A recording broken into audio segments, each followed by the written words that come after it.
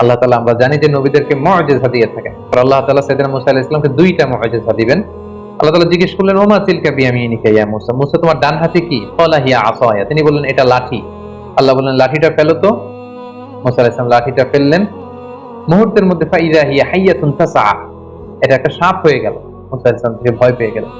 আল্লাহ বললেন খুদহা ওয়ালা তাখাফ, মুসা ভয় পেও না, এটা তুমি ধরার সাথে সাথেই আগের মতো করে লাঠি হয়ে যাবে। তিনি ধরলেন এবং দেখতে পেলেন মুহূর্তের মধ্যে সেটা লাঠি হয়ে গিয়েছে। সুবহানাল্লাহ। এটা ছিল এক নম্বর মুআজিজা।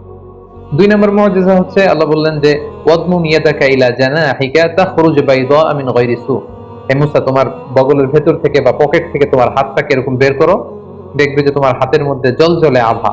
সেদিন মুসা আলাইহিস সালাম আল্লাহ তাআলার আদেশের সাথে সাথে হাতটা এরকম বের করলেন।